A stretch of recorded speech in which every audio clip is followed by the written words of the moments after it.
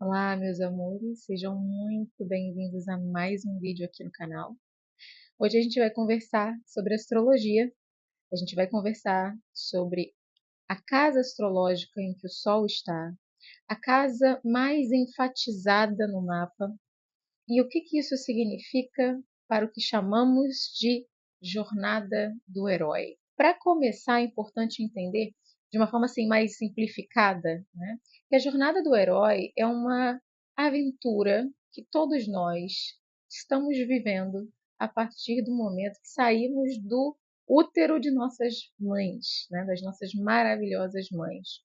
A partir dessa saída, a vida se torna um grande caminho de desafios, de conquistas, de perdas, de fracassos, de rejeições e também de presentes e dádivas. Isso é a vida.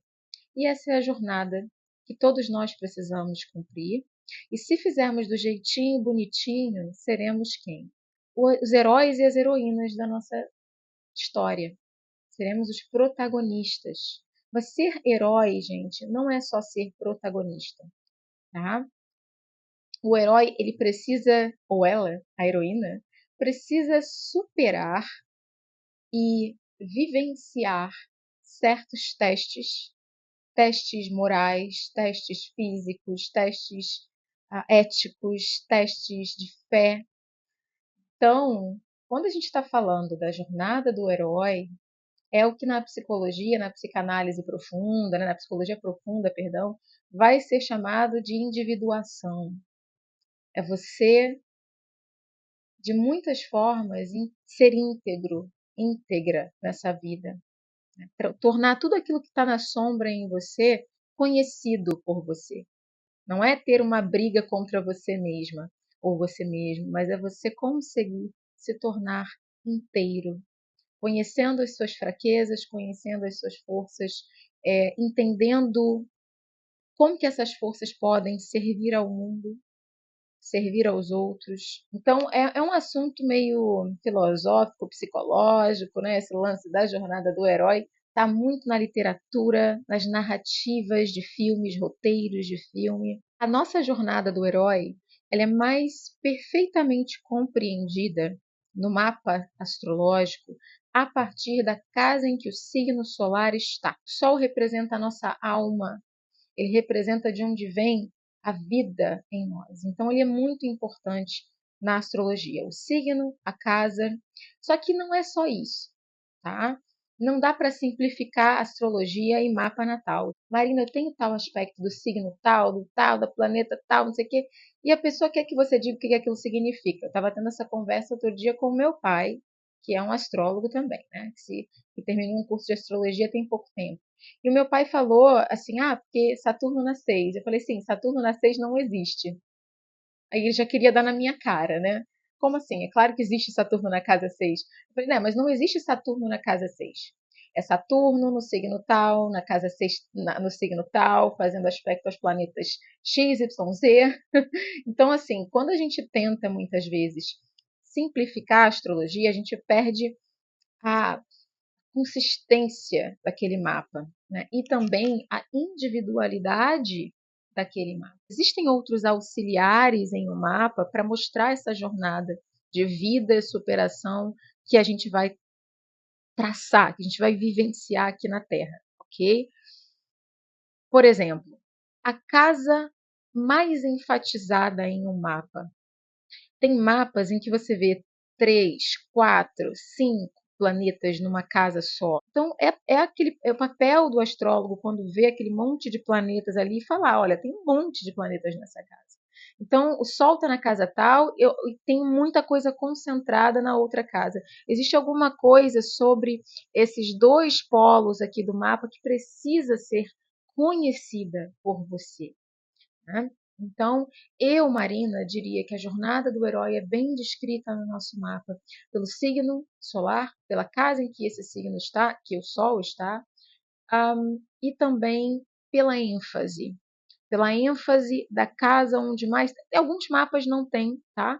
Em alguns mapas você vê uma distribuição mais equilibrada de planetas, mas em outros fica muito evidente que a pessoa tem uma questão ali que precisa ser entendida, né, para o melhor caminhar dessa jornada. Eu não vou falar separadamente sobre cada casa, porque ficaríamos aqui por um longo tempo e o propósito aqui não é uma aula necessariamente. É que eu fizer um curso de astrologia, eu vou poder entrar mais em detalhes sobre a minha perspectiva dessas casas.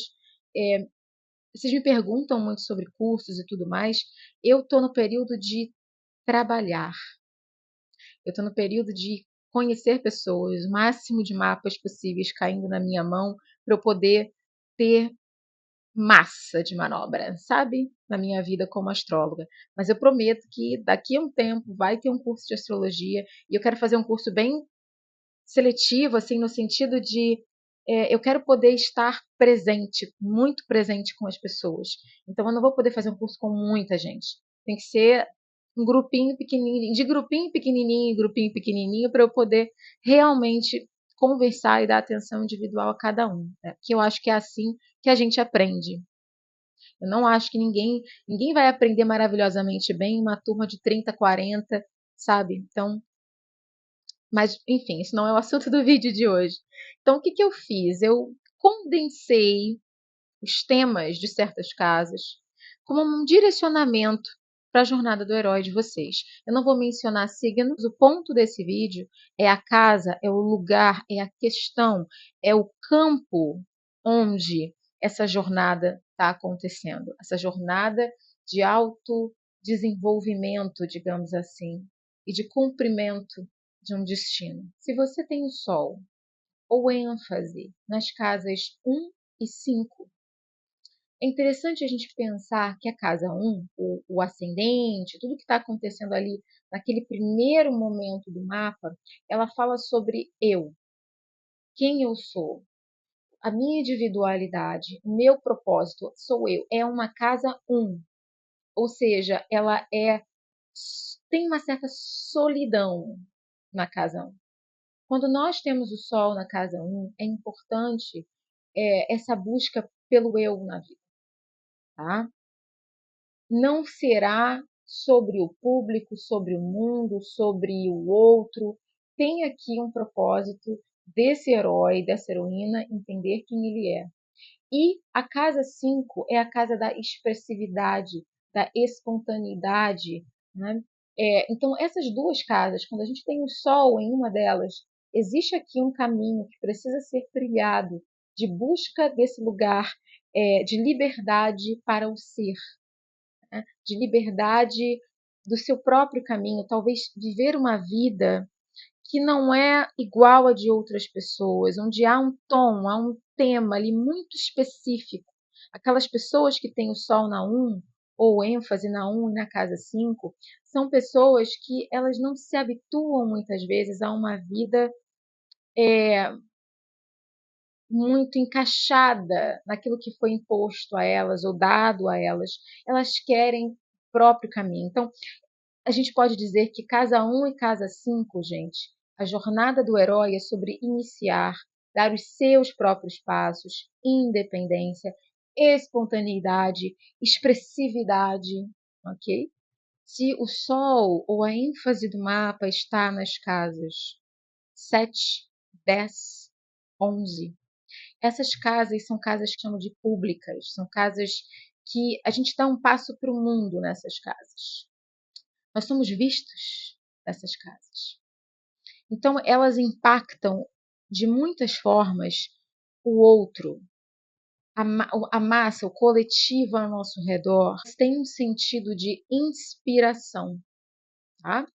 É muito comum pessoas que têm a jornada do seu herói, da sua heroína pessoal nessas casas, ou que têm ênfase nessas casas, ter a necessidade de se colocar no mundo, de ser visto, de inspirar pessoas, falar para as pessoas, ter uma autoridade sobre pessoas, ok? E quando eu digo pessoas, eu nem estou falando uma pessoa só, estou falando várias. São casas sociais, de certa forma. O ser reconhecido. Não é só ser, mas ser conhecido. Um exemplo, casa 10, né? Quando você tem o Sol na casa 10, você será um exemplo. Ou você deveria procurar ser um exemplo, né? Se você tem o Sol na 11, é sobre, de alguma maneira, a sua individualidade influenciar o mundo ao redor, né? Eu sempre falo, não adianta, se você tem o Sol na 7, na 11, na 10, de alguma forma você vai ser uma figura inspiracional ou os outros vão perceber você. É o contrário, inclusive, de quem tem o Sol ou a ênfase do mapa nas casas 2, 4 e 6, que são casas mais íntimas, mais para dentro, mais sobre a sua própria privacidade. As pessoas, mesmo famosas, que têm o Sol na 2, na 4, na 6, elas tendem a preferir uma vida mais low profile, mais na quietude da sua própria existência, com os seus, aquilo que é delas, do povo delas, o mundo delas. O propósito do herói e da heroína, quando o Sol está nas casas 2, 4 ou 6, tem a ver com construir, com concretizar uma certa segurança para si, para os outros, né?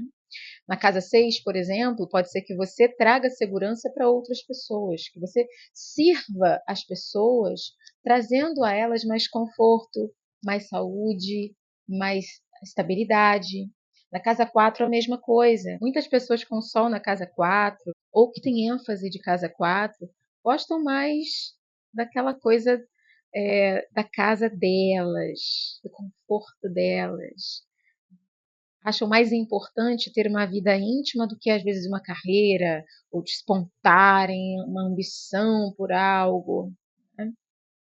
E na casa 2 tem todo esse processo de, como eu falei, criar uma segurança para si, ter, né?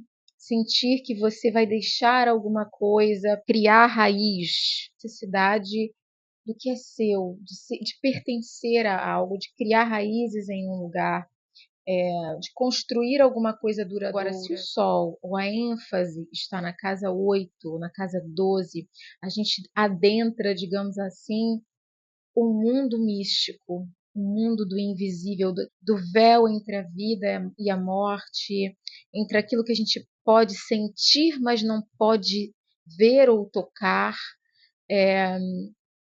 no mundo, digamos assim, da transcendência, dos mistérios da vida, da morte, do sexo, da existência, da sobrevivência. Eu diria que quem tem o Sol ou ênfase nas casas 8 e 12 são pessoas que habitam esse mundo e o outro.